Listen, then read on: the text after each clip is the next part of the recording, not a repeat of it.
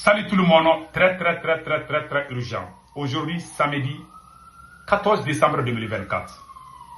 Un ancien militaire français vient d'insulter le président de la République du Sénégal, Bassirou Diomaye Faye, pour avoir demandé le départ de l'armée française. Cet ancien militaire français s'appelle Patrice Ripert, un ancien militaire français a insulté le président Bassirou Diomaye Faye. Ça, c'est le premier sujet. Le deuxième sujet, nous disons félicitations au président Bassirou Diomaye Faye pour la réduction du budget de l'État, historique dans l'histoire du Sénégal. Nous disons chapeau au président Bassirou Diomaye Faye et chapeau au premier ministre Ousmane Sonko pour la réduction du budget de l'État. C'est ça le patriotisme et bon courage pour le peuple du Sénégal. Allons-y avec la première nouvelle. Patrice Ripert, ancien militaire français de 73 ans, a été acquitté par le tribunal des flagrants délits de Dakar, mercredi 11 décembre 2024.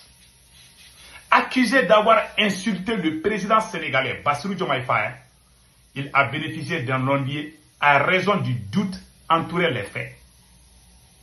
Selon les Échos, l'incident remonte à une altercation survenu à Ouakam, au Sénégal, dans un point de transfert d'argent. Le gendarme Alarba Baldé a rapporté que Ripert aurait traité le président du Sénégal de déséquilibré mental, tout en critiquant le choix de Bassirou Diomaye Faye de rapatrier les militaires français. Lui, il n'est pas content le fait que le président sénégalais a demandé que les militaires français doivent quitter le Sénégal. Ripert, qui maîtrise le Wolof, a réfuté ces accusations, expliquant qu'il avait simplement dit que le chef d'État, Bassirou Diomaye Faye, déconnait avant de présenter ses excuses. Il a présenté ses excuses. Le procureur a reconnu que les faits reprochés semblaient avérés. Ah bon? Toutefois, il a plaidé pour une démarche d'apaisement, estimant qu'une peine de prison ferme n'était pas nécessaire à raison des excuses formulées par l'ancien militaire français Patrice Ripert. M. Souleymane Soumaré, avocat de la défense, a plaidé en faveur de son client en insistant sur son intégration et son affection pour le Sénégal. Patrice a affirmé que Diomaye Faye est son président. Ah, toi qui es soldat français, il reconnaît que Diomaye Faye est son président. Il possède même les photos de Diomaye et Sonko sur sa moto. Preuve de son respect, a-t-il déclaré. Il a également rappelé que Ripert au pays où il a choisi de résider, malgré la présence de sa famille en France. Il a aussi dit qu'il est né au Sénégal, qu'il est sénégalais, qu'il est fier d'être sénégalais. Mais le procureur l'a pardonné, il n'est pas allé en prison. Pourtant, il a insulté le président sénégalais. Parce que le président sénégalais a demandé pas officiellement, a demandé le départ de l'armée française au Sénégal. Vous savez, ces blancs-là, c'est ces soldats français qui parlent, qui a insulté le président sénégalais, qu'il a traité de déséquilibré mental. Il est né au Sénégal. Hein? Ouais. Ces gens-là, ils ne sont pas bons. Hein? Surtout un militaire, pas tous les militaires. Voilà, parce qu'il y a de bons militaires. Moi, je ne suis pas contre les militaires français. Je suis contre la politique française. Les militaires suivent les ordres des institutions. Donc, je ne suis pas contre les militaires. Je suis contre les autorités françaises, la politique française, l'oligarchie française. Donc, maintenant, il a insulté le président sénégalais. Ça veut dire qu'il n'est pas content. Le fait que le président Bassirou Diomaye Faye a demandé le départ de l'armée française. Lui, il n'est pas content, hein, donc il doit insulter. Maintenant, il a nié. Comme il a nié, Le procureur a dit que c'est pas grave. Voilà le président, Bassirou Diomaye Faye, il dit il n'y a pas de problème, il a laissé tomber l'affaire. Donc ça, c'était un exemple pour nous tous de dire que ces histoires de chasser l'armée française là, on doit le faire avec beaucoup de pression. Le conseil que moi je donne aux autorités sénégalaises, il faut vite formuler les demandes comme le Tchad l'a fait. Il faut demander officiellement le départ de l'armée française. Parce que quand vous partez dans les réseaux sociaux, vous les critiquez, ils sont là. Ils vont amener les terroristes au Sénégal. Ils ont parlé de la, comment on appelle de la division du Sénégal. Ils veulent qu'on donne un statut à, comment on appelle là, à Casamance. Voilà. Il y a même une Française qui a écrit un livre sur ça. C'est comme ça. Les gens qui parlent à gauche et à droite là, ils sont en connexion. Même ce militaire qui a insulté Bassirou Diomaye Faye, le président sénégalais, je vous jure, il est en connexion avec peut-être les gens de Macron, avec les agents. C'est un agent français comme ça, hein, qui est au Sénégal. Il ne vous aime pas, hein. Il dit qu'il est né au Sénégal. Mais quand le président sénégalais décide que la France doit quitter au Sénégal, lui, il s'est fâché. Parce que même s'il est né au Sénégal, ses parents sont de la France. Donc, il ne veut pas que son origine soit humiliée. Donc, ça dit, comme on appelle là, il y a un proverbe qui dit, le séjour du bois dans l'eau ne le transformera jamais en caïman. Voilà, c'est un proverbe bambara. Donc, allons-y. Ça veut dire que tu es ce que tu es. Tu ne peux pas changer ce que tu n'es pas. Tu es noir, point final. Tu es blanc, point final. On n'a pas la même chose, hein. Donc maintenant, allons-y avec... je vais vous montrer ce que je vais vous montrer quelque chose, ça va vous impressionner. Écoutons ce que le général français a dit. J'aimerais que les Sénégalais écoutent ça. Notre destin commun à nous, Européens, c'est la Méditerranée et l'Afrique. Vous avez vu? Notre destin se joue. Et donc nous avons en permanence essayé, nous Français, d'entraîner les Européens dans cette prise de conscience de la nécessité d'agir collectivement en Afrique et en Méditerranée. Et je suis absolument désolé de voir l'échec de nos engagements au Sahel. Et je pense que de toute façon, nous aurons à nous reposer la question.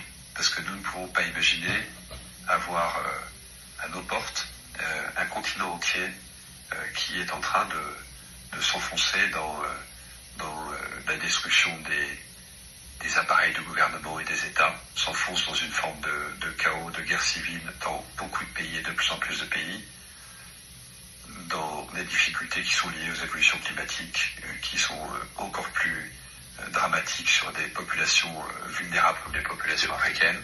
En plus, un continent qui va connaître une explosion démographique comme aucun continent n'a jamais connu. Et donc, imaginez que ça se passe là, dans les 10-20 ans qui viennent, et que ça n'aura pas de conséquences sur l'Europe, parce que nous vivons dans une sorte de bulle protégée par je ne sais quoi d'ailleurs.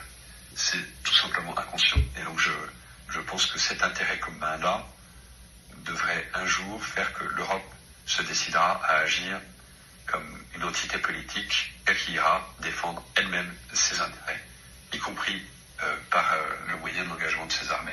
Voilà. Le retrait du Sahel. Y compris les moyens des engagements de son armée. Ça, c'est le général François Lecointre. C'est un général français comme ça qui parle. Donc, tout le monde doit écouter ça. Écoutons le reste. C'est difficile à accepter pour tous ceux qui ont été engagés.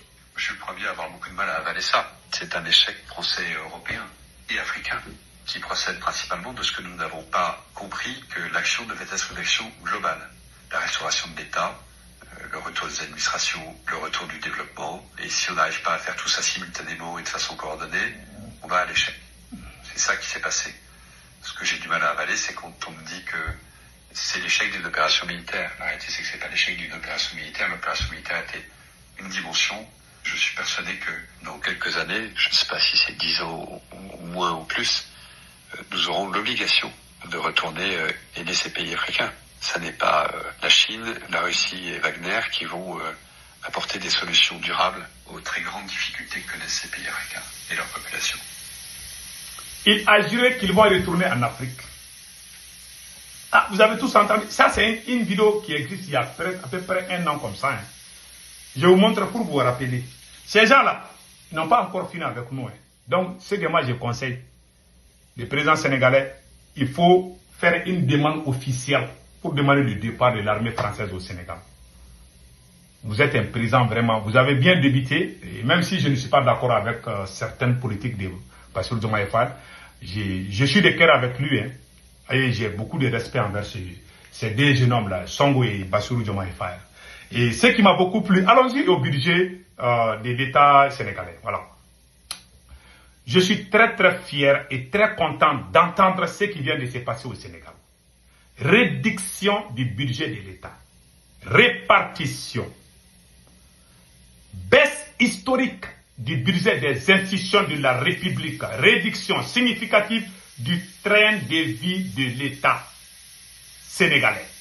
Le budget du Sénégal pour 2025 est fixé à 6 614 milliards de francs CFA avec un déficit de 7% du PIB et une prévision croissante économique de 8,8% d'après la radio Futur Média RFM.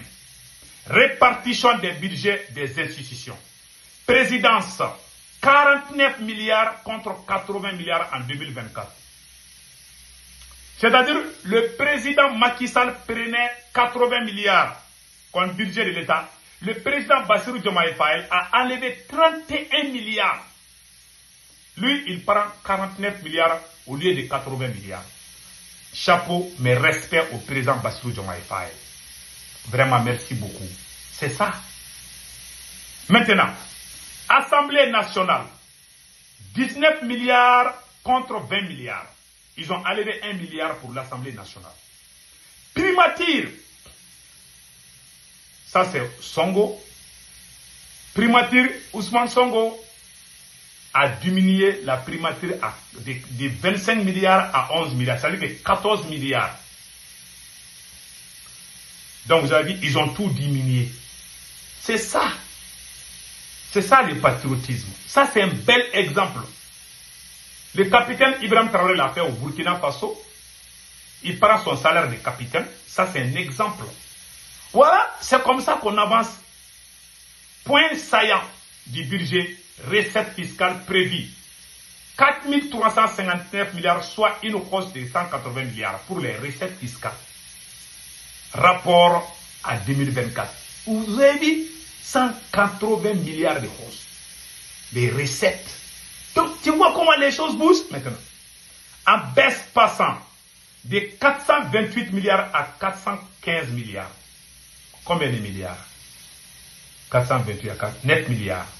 Déficit intégral 1500 milliards, 7% du PIB, bien au-delà de 3% fixe par les mois. Toutefois, le gouvernement compte ramener ce manque à 3% à partir de 2027. Particularité, contrairement au budget de 2024, celui de 25 exclut les charges de trésorerie, remboursement de la dette. Franchement, chapeau au président Bassirou Diomaye Faye et son équipe. L'argent qu'ils ont diminué, quand ils mettent tous ensemble, ça peut faire des grandes choses au Sénégal.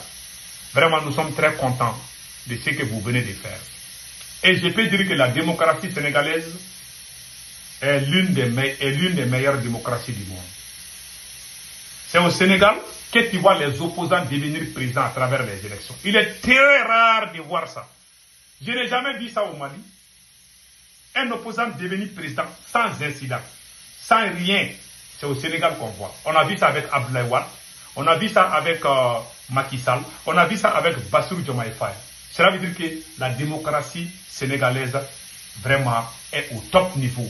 Que Dieu bénisse le Sénégal, que Dieu protège le peuple du Sénégal contre toutes sortes et comment on appelle là, de déstabilisation. Tous ceux qui veulent déstabiliser le Sénégal, que Dieu les maudisse. Je suis de cœur avec le peuple sénégalais. Chapeau et bravo et bon courage. Ciao, ciao.